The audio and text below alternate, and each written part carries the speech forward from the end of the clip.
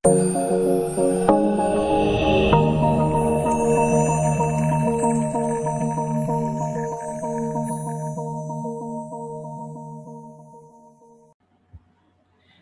ketemu lagi di channel Belajar Bersama Pak Seno. Nah, kali ini kita akan meneruskan pembahasan yang lalu. Ya, kita akan membahas tentang ukuran letak.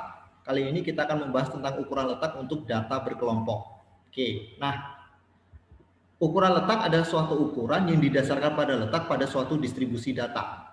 Oke, nah di ukuran letak ini kita akan menentukan yang pertama adalah kuartil, yang kedua desil, dan yang ketiga adalah prosentil. Oke, kita mulai dulu dari kuartil. Nah, untuk menentukan nilai kuartil untuk data berkelompok, ya caranya yang pertama adalah kita tentukan dulu letak kuartilnya. Baru kemudian yang kedua adalah kita menentukan nilai kuartil. Oke, nah kuartil itu adalah suatu ukuran letak yang didasarkan pada pembagian 4 bagian yang sama besarnya. Jadi di kuartil ini adalah membagi 4 bagian yang sama besarnya. Oleh karena itu, di kuartil ini hanya ada 3 kuartil, yaitu kuartil pertama, kuartil kedua, dan kuartil ketiga. Oke, nah untuk menentukan nilai kuartil, kita terlebih dahulu harus menentukan letak kuartil. Nah, kuartil pertama, ya, letaknya adalah 1 dikali dengan N dibagi dengan 4. Letak kuartil kedua, 2 dikali dengan N dibagi dengan 4. Letak kuartil ketiga, 3 dikali dengan N dibagi dengan 4. Untuk selanjutnya adalah kita menentukan nilai kuartil. Nah, untuk menentukan nilai kuartil, rumusnya adalah L0, ya, ditambah dengan 1 dikali dengan N dibagi dengan 4 dikurangi dengan F dibagi dengan FK1 dikali dengan I. Ini adalah untuk menentukan nilai kuartil pertama. Kemudian untuk menentukan nilai kuartil kedua, L0 ditambah dengan 2 dikali dengan N dibagi dengan 4 dikurangi dengan F dibagi dengan FK2 dikali dengan I.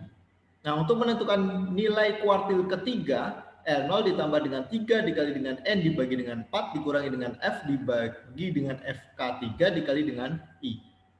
Nah, L0 itu adalah tepi bawah, kemudian N ini adalah banyaknya data yang diobservasi, F ini adalah frekuensi kumulatif sebelum kelas kuartil, I ini adalah interval, sedangkan FK1 ini adalah frekuensi kuartil pertama, FK2 ini adalah frekuensi kuartil kedua, dan FK3 ini adalah frekuensi kuartil ketiga.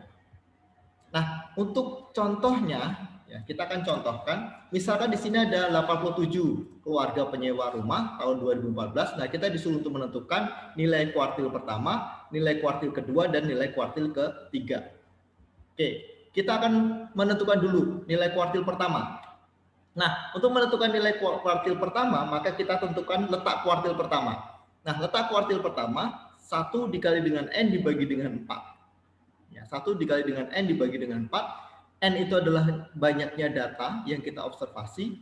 Ya, sehingga 1 dikali dengan 87 dibagi 4 hasilnya adalah 21,75.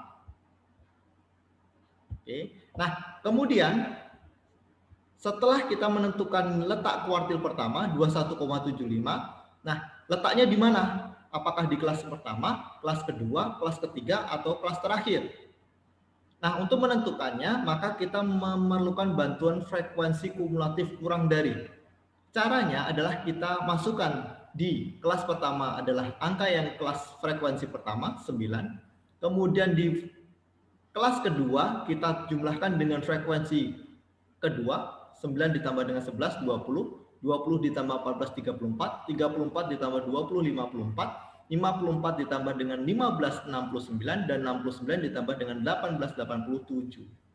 Nah, setelah itu kita menentukan letaknya. Oke, nah syaratnya adalah kita tidak boleh kurang tetapi boleh lebih. Oke, nah kelas pertama frekuensinya adalah 9. Frekuensi kumulatifnya adalah 9. Nah, ini tidak boleh karena masih kurang. Yang diminta adalah 21,75. Kelas kedua juga tidak boleh karena masih kurang. Ya, yang diminta adalah 21,75. Nah, kelas ketiga boleh. Nah, ini boleh lebih. Berarti lebih yang pertama adalah di kelas ketiga.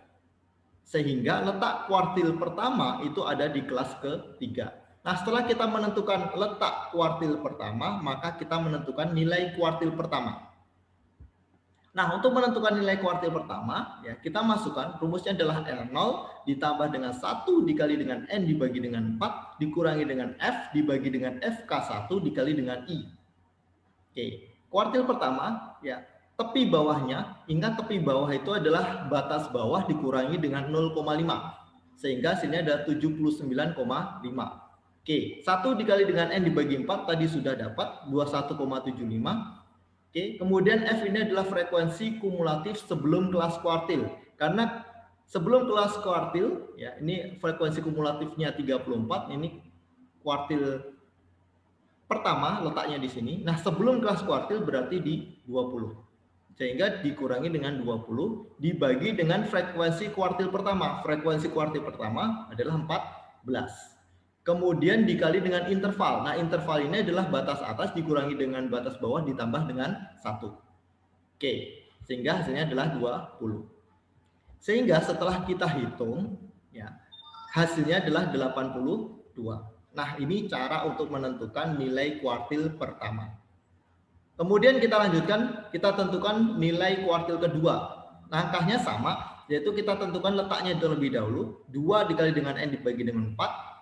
Letak kuartil kedua 43,5. Nah, 43,5 dia yang lebihnya ada di kelas keempat. Ya, 1, 2, 3, 4. Sebelumnya tidak boleh karena masih kurang dari 43,5. Sehingga letak kuartil kedua dia berada di kelas keempat. Oke, sehingga nilainya sekarang kita akan menentukan nilai kuartil kedua. Rumusnya adalah L0 ditambah dengan 2 dikali dengan N dibagi dengan 4 dikurangi dengan F dibagi dengan FK2 dikali dengan I. Sehingga kuartil kedua, ya, tepi bawahnya adalah 99,5, 100 dikurangi dengan 0,5, 99,5, ditambah dengan 43,5, tadi kita sudah hitung 43,5, ya 2 dikali dengan N dibagi 4, 43,5, dikurangi dengan frekuensi kumulatif sebelum kelas kuartil berarti 34, dibagi dengan frekuensi kuartil kedua 20 dikali dengan intervalnya adalah 20. Sehingga nilai kuartil keduanya adalah 109. Oke, kita lanjutkan. Yang ketiga adalah kuartil ketiga. Nah, kita tentukan letak kuartil ketiganya. 3 dikali dengan N dibagi 4, 3 dikali dengan 87, oke, dibagi dengan 4 hasilnya adalah 65,25. Oke, kita berada di kelas ke-5. Ya, karena frekuensi kumulatifnya adalah lebih dari yang diharapkan yaitu 65,25. Oke, sehingga menentukan nilai kuartilnya, nilai kuartil ketiga L0 ditambah dengan 3 dikali dengan N dibagi 4 dikurangi dengan F dibagi dengan FK3 dikali dengan I. Kita masukkan, ya, frekuensi kuartil ketiga. Oke, hasilnya adalah 134,5. Oke, nah ini adalah kuartil ketiga. Nah, kemudian kita lanjutkan. Oke, desil. Ya, sekarang kita menuju ke desil. Nah, desil adalah suatu ukuran letak yang membagi 10 bagian yang sama besarnya. Distribusi datanya kita bagi 10 bagian yang sama besarnya.